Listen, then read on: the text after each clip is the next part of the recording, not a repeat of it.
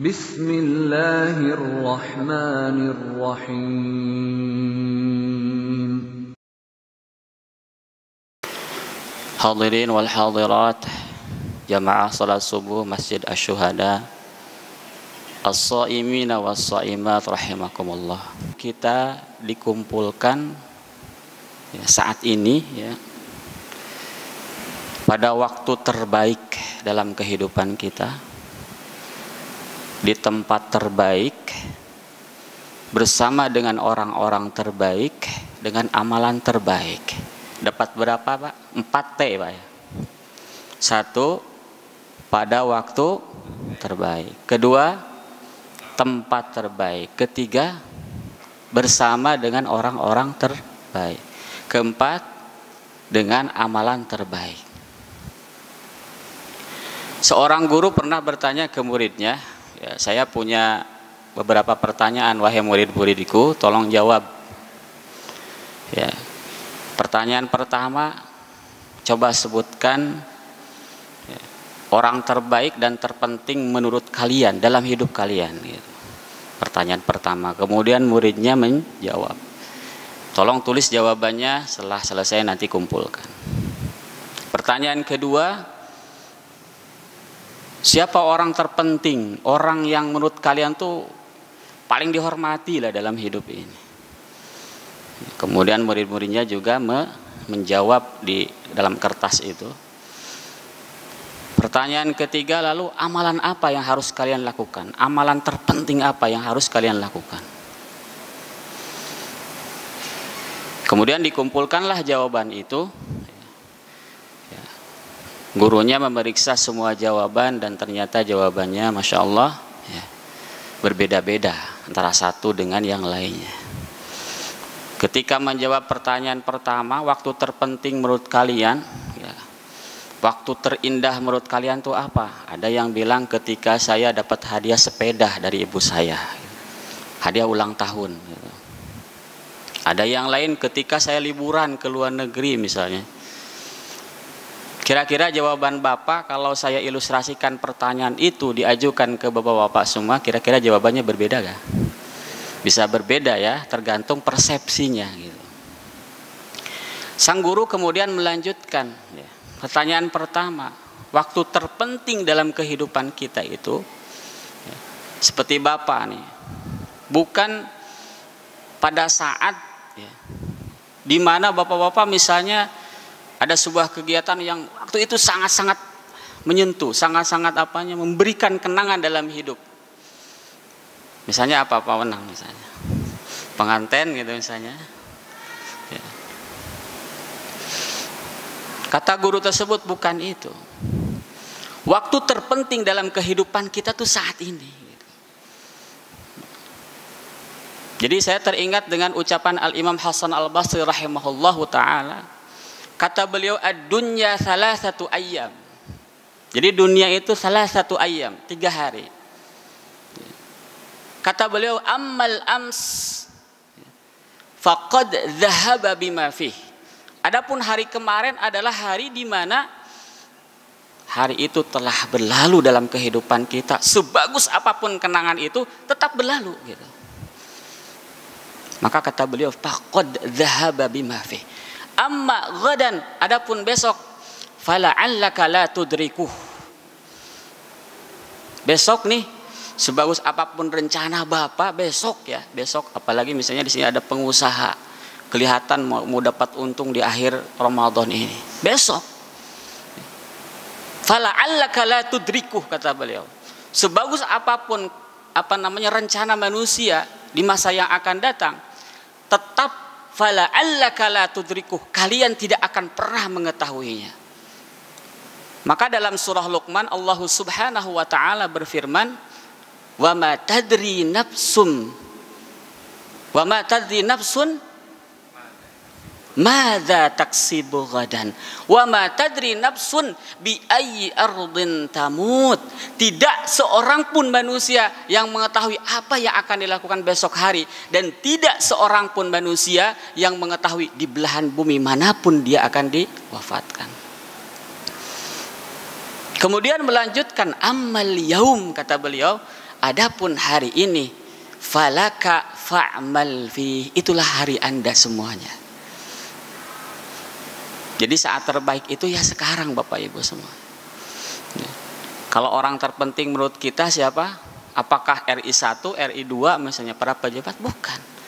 Orang-orang terpenting hari ini yang ada bersama dengan kita hari ini. Berarti yang di hadapan saya ini adalah orang-orang terpenting semuanya, orang-orang VIP semuanya. Mudah-mudahan saya kedapatan berkahnya nih, VIP, calon masuk surganya Allah Subhanahu wa taala. Jadi ibu bapak semua yang berada di tempat ini adalah orang-orang terpenting bagi saya. Karena dari doa bapak-bapak semuanya, kita saling mendoakan di tempat ini, tempat terbaik, amalan terbaik ini. Mudah-mudahan kita semua pun akan dimasukkan ke dalam surganya Allah Subhanahu wa taala. Orang terpenting itu bukan pejabat ternyata. Kenapa? Karena mereka tidak hadir saat ini, betul gak? Di sebelah bapak-bapak semuanya siap. Lihat, tengok kanan kiri coba Pak. Nah itulah orang terpenting menurut Bapak hari ini. Kata guru saya, ketika keluar dari tempat ini nanti, buatlah perasaan itu, ya. Timbul perasaan itu, waktu terpenting, orang terpenting, dan amalan terpenting. Ketika kita tahu bahwa hari ini, saat ini, waktu terpenting bersama dengan orang-orang terpenting, maka kita pun akan melakukan amalan terbaik untuk orang itu, minimal mendoakan. Ketika di jalan ketemu dengan siapa, sedang mencari nafkah, ya doakan gitu ya. Jadi implementasi ajaran Islam itu luar biasa. Diamnya saja mendoakan orang lain Bapak.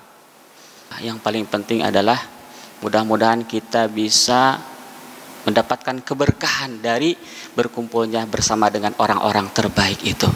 Sebab ilmu itu bukan bertambahnya pengetahuan kita, bukan. Ilmu itu berbicaranya keberkahan dan pemahaman. Maka mudah-mudahan ya Allah berikan kami pemahaman. Ilmu itu sedikit, yang penting faham. Kalau faham, kita mengenal Allah Subhanahu wa taala. Semakin mengenal Allah, semakin cinta kepada Allah, semakin cinta kepada Rasulullah, semakin ingin ikut gitu, mengikuti sunnah-sunnah beliau yang masih jauh kita ini.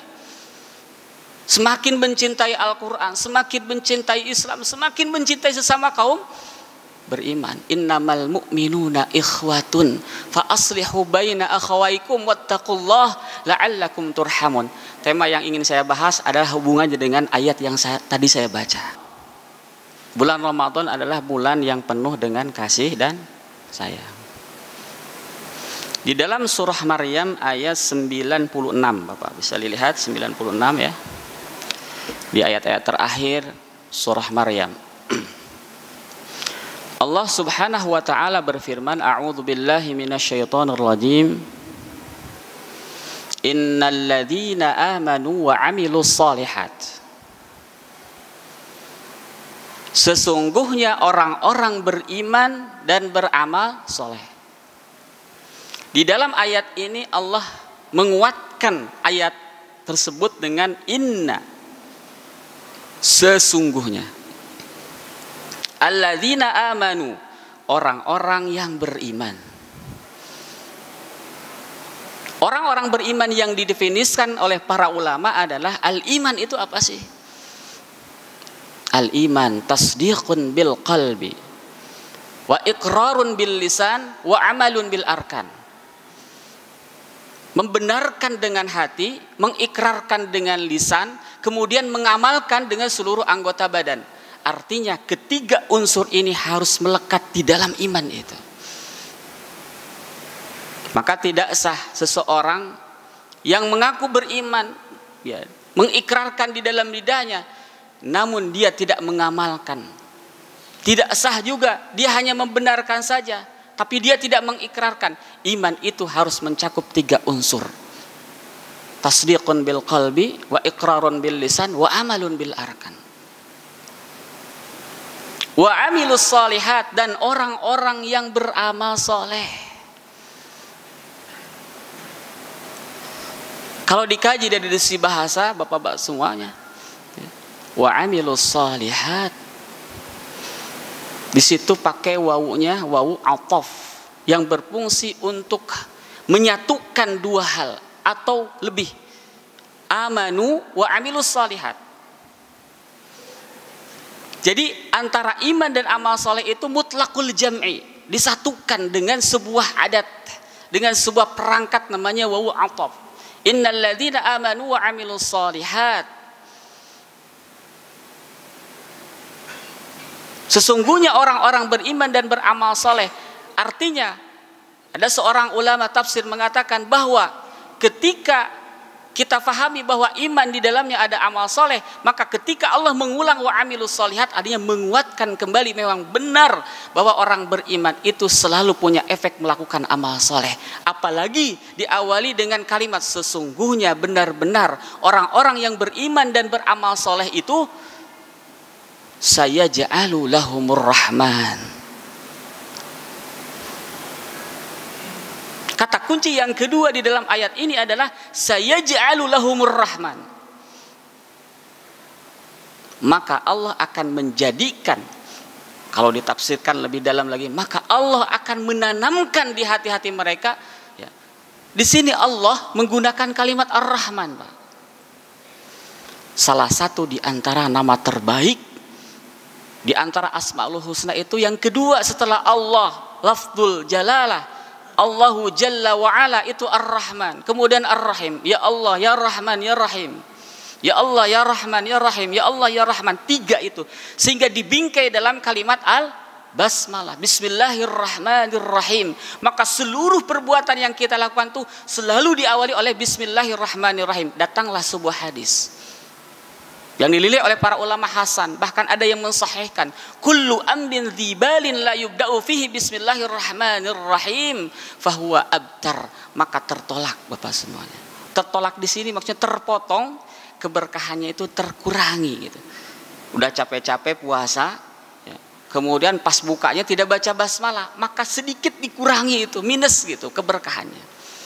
Maka hampir seluruh ulama baik fikih ya semua mengatakan bahwa Bismillahirrahmanirrahim disyariatkan karena mengandung nama Allah Ar-Rahman Ar-Rahim. Ar-Rahman sendiri itu mengandung makna dzurrahmatil wasi'ah li jami'il makhluqat. Bayangkan sifat Ar-Rahman Ar-Rahimnya Allah. Ar-Rahmannya Allah itu seluruh makhluk yang ada di permukaan bumi mendapatkan kasih sayang Allah Subhanahu wa taala. Sampai seekor semut, seekor gajah, seekor harimau, sebuas-buasnya harimau, karena Allah berikan kasih sayang di dalam harimau tersebut, tidak mungkin seorang harimau yang buas itu memakan anaknya sendiri, Bapak-bapak. Ada gak harimau sebuas singa lah gitu memakan anaknya? Tidak ada. Yang ada adalah manusia memakan anaknya sendiri. Orang tua ada yang membunuh anaknya, anak ada yang membunuh orang tua, bahkan ibu sendiri ada yang membunuh anaknya sendiri. A'udzubillahi min dzalik.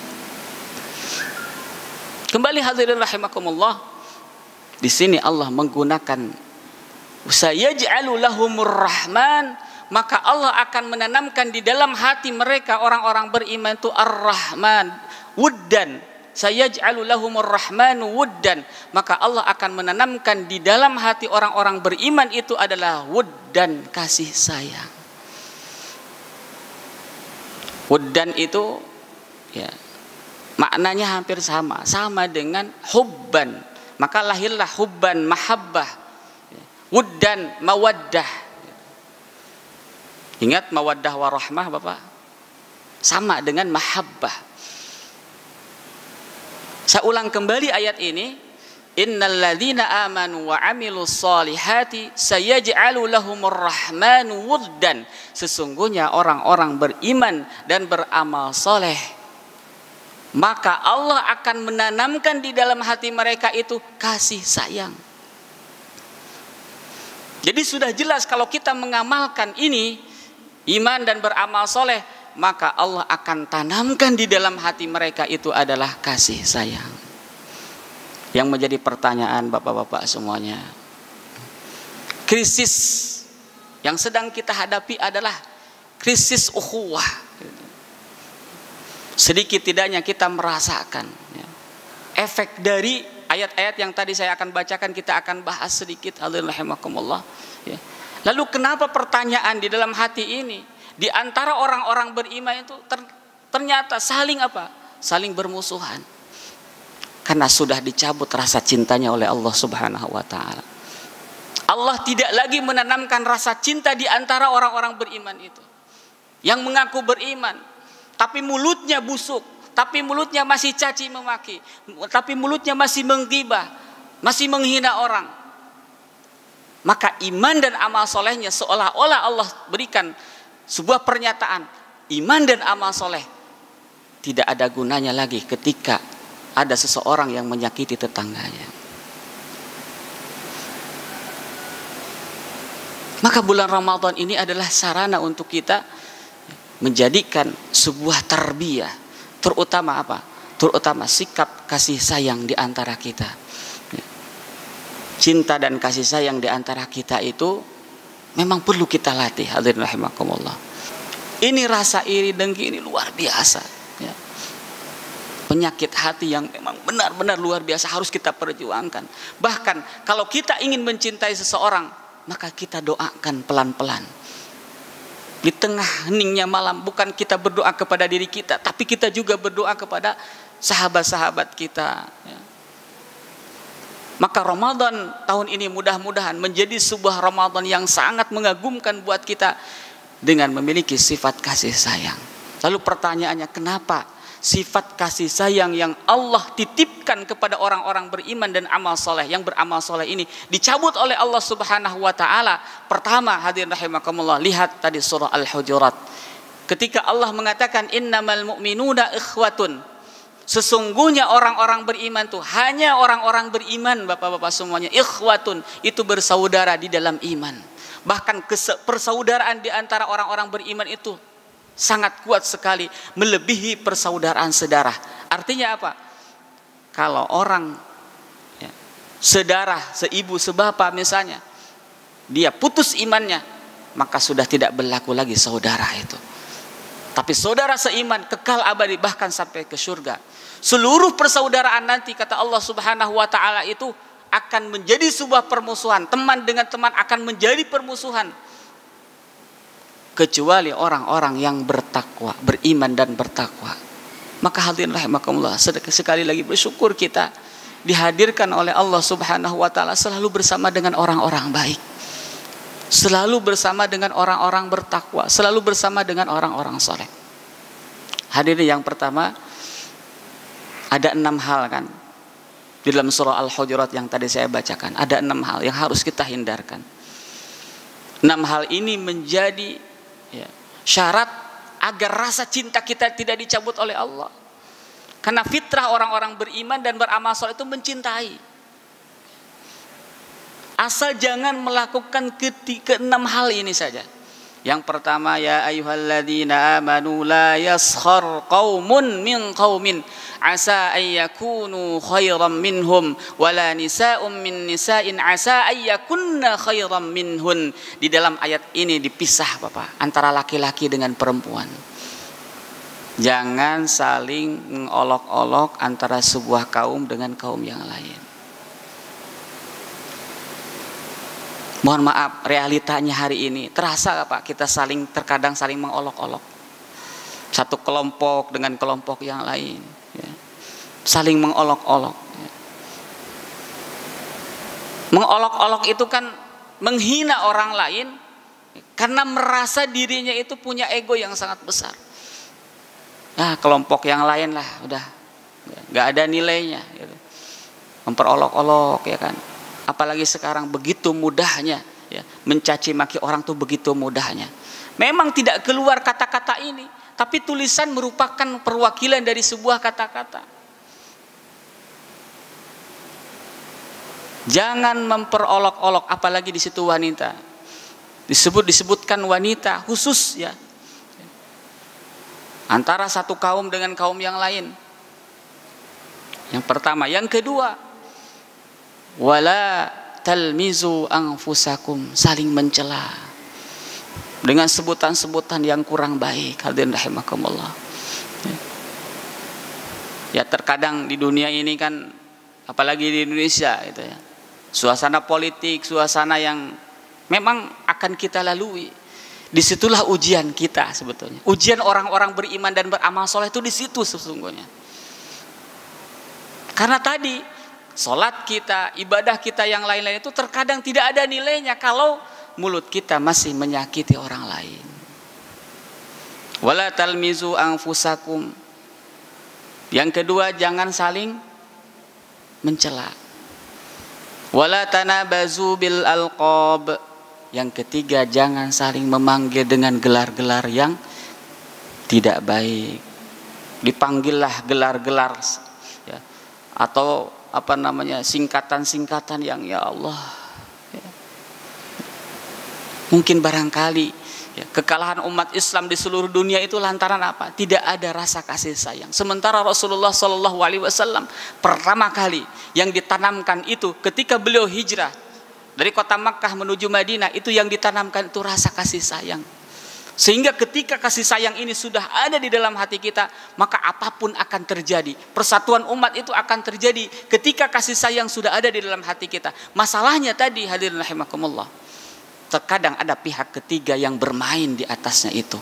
Sangat-sangat menginginkan ketika umat Islam tidak berkasih sayang ini. Sehingga apa? Timbullah kebencian. Lalu di ayat selanjutnya, ya ayyuhalladzina amanu jtanibu katsiran minadh-dhann. Tinggalkan buruk sangka. Inna ba'dadh-dhanni itsm. Karena sebagian buruk sangka itu adalah baik. Karena sebagian buruk sangka itu adalah dosa. Tapi sebagian lagi, kata para ulama, boleh gak buruk sangka? Boleh ke orang-orang kafir. Ada orang kafir menyusup gitu ya di apa namanya, di umat Islam, itu boleh curiga. Makanya itu ba'dadh-dhann. Sebagian dhon itu dibolehkan.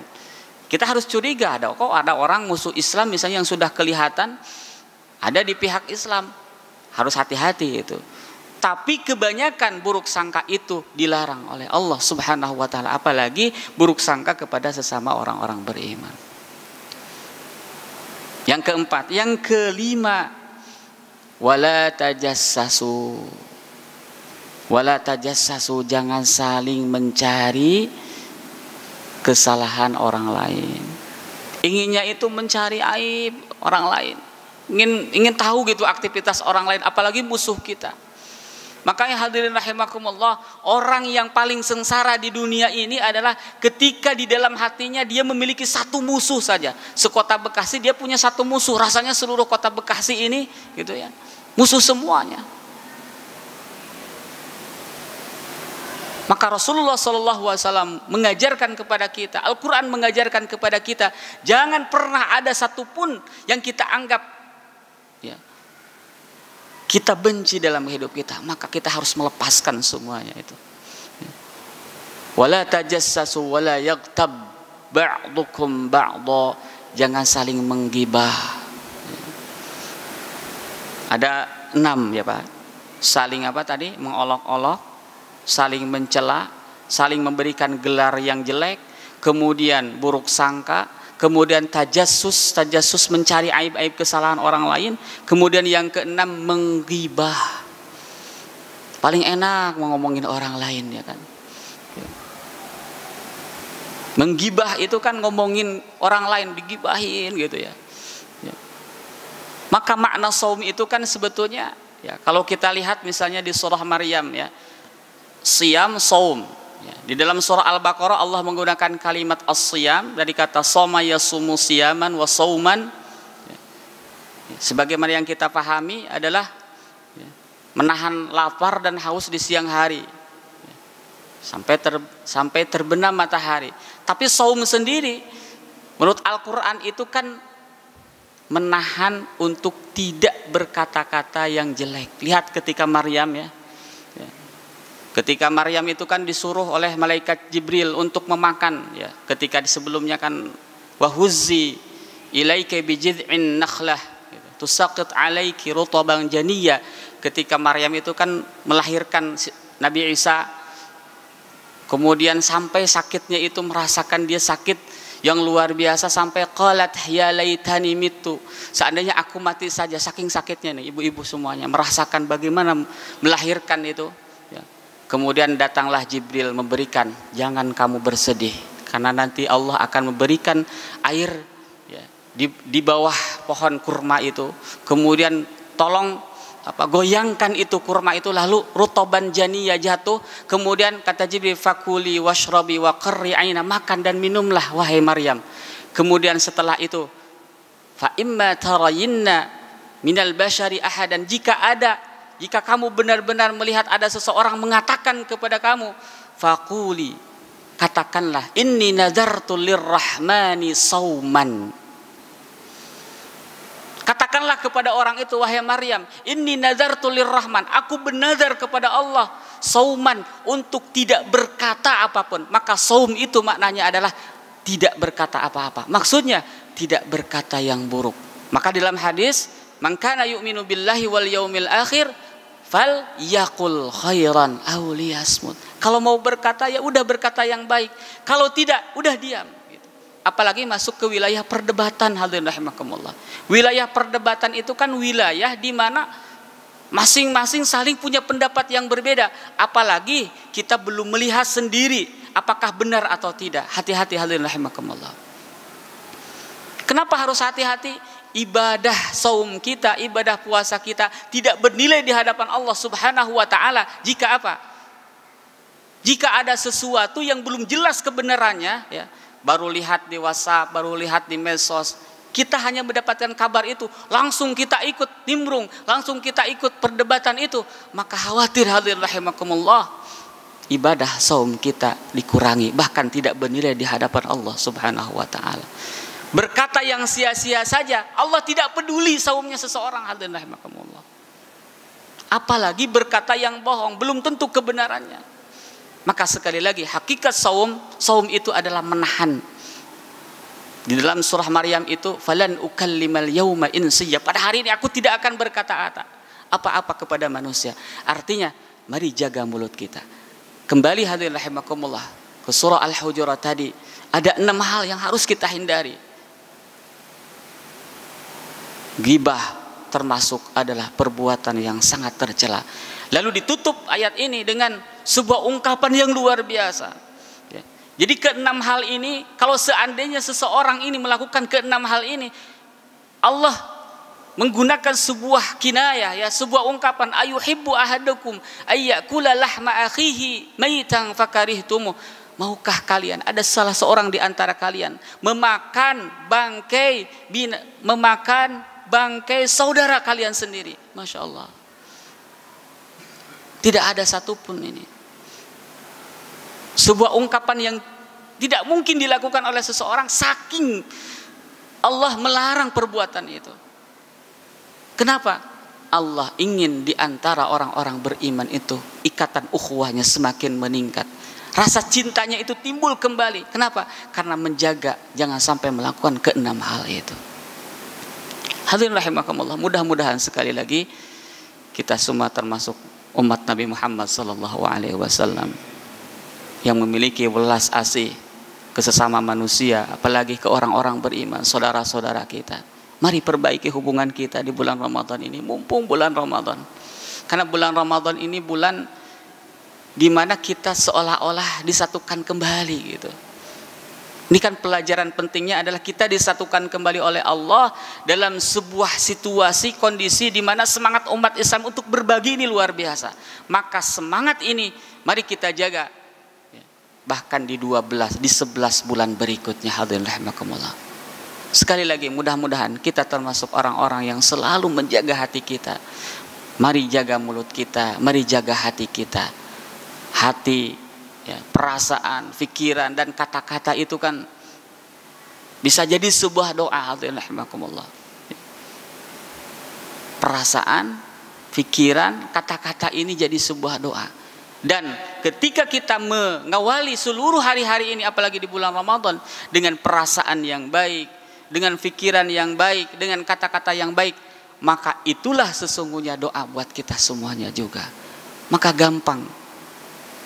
Kalau kehidupan kita ingin mendapatkan keberkahan dari Allah Subhanahu wa taala, ingin ditambah kemuliaan kita, keluarga kita, ya, Allah takdirkan menjadi orang-orang yang soleh dan soleha, maka mari kita jaga ukhuwah di antara kita, khususnya ya, kepada orang-orang beriman, karena iman itu adalah mahal, nikmat yang sangat mahal yang Allah berikan khusus kepada kita. Maka terakhir hadirin rahimakumullah, hanya orang-orang beriman yang benar imannya, yang mengamalkan amal soleh tadi, Allah akan titipkan rasa kasih sayang. Bahkan kasih sayang itu Allah akan tambahkan di bulan Ramadan ini.